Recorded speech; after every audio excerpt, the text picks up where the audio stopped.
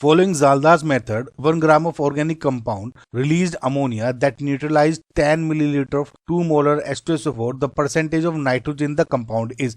देखिए मैंने इसकी एक ट्रिक अपलोड की हुई है, आवेश जालदार मेथड आवेश केमिस्ट्री सर्च करेंगे, बहुत इजी वीडियो, ठीक है। मैं आपको, और अदरवाइज उनका जो फॉर्मूला है उससे भी कर सकते हो।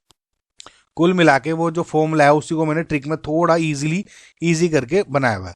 देखिए फॉर्मूला तो क्या है, जो अगर परसेंटेज ऑफ आपको नाइट्रोजन निकालनी है तो सिंपल फॉर्मूला है 1.4 इंटू एम, यानी molarity of H2SO4 basically, okay, और V minus V1 divided by W।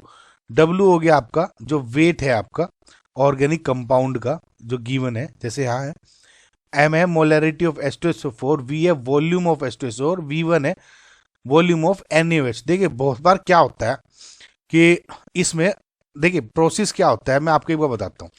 आपको ऑर्गेनिक कंपाउंड है जिसमें आपको नाइट्रोजन होता है, हम प्रोसेस कुछ करके फाइनली इसमें अमोनिया बना देते हैं।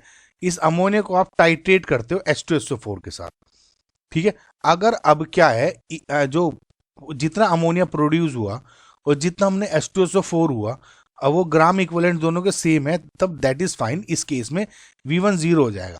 लेकिन कभी कभी क्या होता है जैसे अमोनिया आपने टाइट्रेट कर रहे थे H2SO4 और इनिशियली 10 ml लिया, लेकिन अमोनिया को पूरा टाइट्रेट करने में सिर्फ और सिर्फ 8 ml यूज हुआ, तो 2 ml H2SO4 अभी भी बच गया।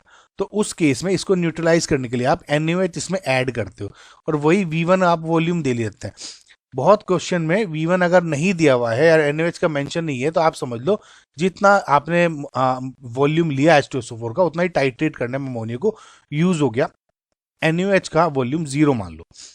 समझ में आया आपको? ठीक है, तो यही बस जो फॉर्मूला है इसको मैंने इस तरह से बनाया हुआ है। जो ट्रिक भी देखोगे अगर आप, सिंपल आपको एक स्ट्रेट लाइन करनी है, 1 2 1। अभी जो मेरी ट्रिक है इसमें आप HCl का भी अगर कंपाउंड आ जाए उसको आप बहुत ईजिली कर दोगे।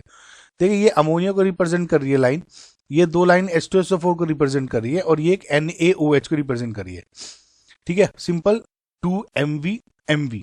ये 2MV क्या है? 2 बिकॉज यहाँ पे इसका जो वैलेंसी फैक्टर होता है हाइड्रोजन का क्या हो गया 2, तो यहाँ इसलिए 2 ले लिया। इसका मोलैरिटी इसका इंटू वॉल्यूम, NaOH का मोलैरिटी वॉल्यूम इसका, ठीक है। अब क्या होता है, कभी कभी इसमें H2SO4 के बजाय आपको HCl भी डाल दिया जाता है, तो उस केस में सिंपल आपको HCl लेना है और NaOH लेना है, तो यही MV और यहाँ इसका MV, मतलब M और V HCl का, M और V HCl का। इस केस में 2 नहीं लेते, तो आपको समझ में आ गया होगा। 2 लाइन मैंने सिर्फ ये याद दिलाने के लिए किया H2SO4 केस में कि यहाँ पे 2 करना है, बाकी का प्रोसेस सेम है। बस आपको करना क्या है, इन दोनों का डिफरेंस ले लो। सपोज इन दोनों का 2MV माइनस इसका MV इक्वल्स टू X हो गया, ठीक है। तो इस X को 1.4 डिवाइड बाई W से अगर डिवाइड कर मल्टीप्लाई कर देंगे तो ये आपका परसेंटेज ऑफ नाइट्रोजन होता है। एक बात ध्यान रखिए, जो ये W है इस केस में या इस केस में वो ग्राम्स में ही होता है, और जो वॉल्यूम है दोनों केस में वो मिलीलीटर्स में ही है। तो आपको बस दोनों केस में अगर वैल्यू रख के देख लो आंसर आ जाएगा, ठीक है। तो इसमें क्या है, NaOH तो क्योंकि 0 है तो ये 0 हो जाएगा, तो 2MV माइनस MV क्या हो, 2MV माइनस 0 है 2MV, ओके। तो डिफरेंस क्या हो गया, सिंपल 2MV, ओके। इसको मल्टीप्लाई कर देते हैं आप 1.4 डिवाइड बाई W से, और ये अगर वैल्यू इसमें रखोगे तो देखिए यही वाली वैल्यू आ रही है। सॉरी गाइस, इसमें 2 है, यहाँ पे 2 है ना, फॉर्मूले में 2 है, तो कुल मिला के मैचिंग कर रही है इसमें, ठीक है। सो अब बस वैल्यू रख देते हैं 2 इंटू मोलैरिटी ऑफ H2SO4 कितना है 2, वॉल्यूम कितना है इसका 10 ml, 10 इंटू 1.4 डिवाइड बाई 1 ग्राम, ठीक है। तो 2 टू जा 4 इंटू 40 इंटू 1.4 और इसको क्या आ जाएगा 56। तो 56% नाइट्रोजन हो गया आपका, यानी फाइनल आंसर में हो गया 56, ओके।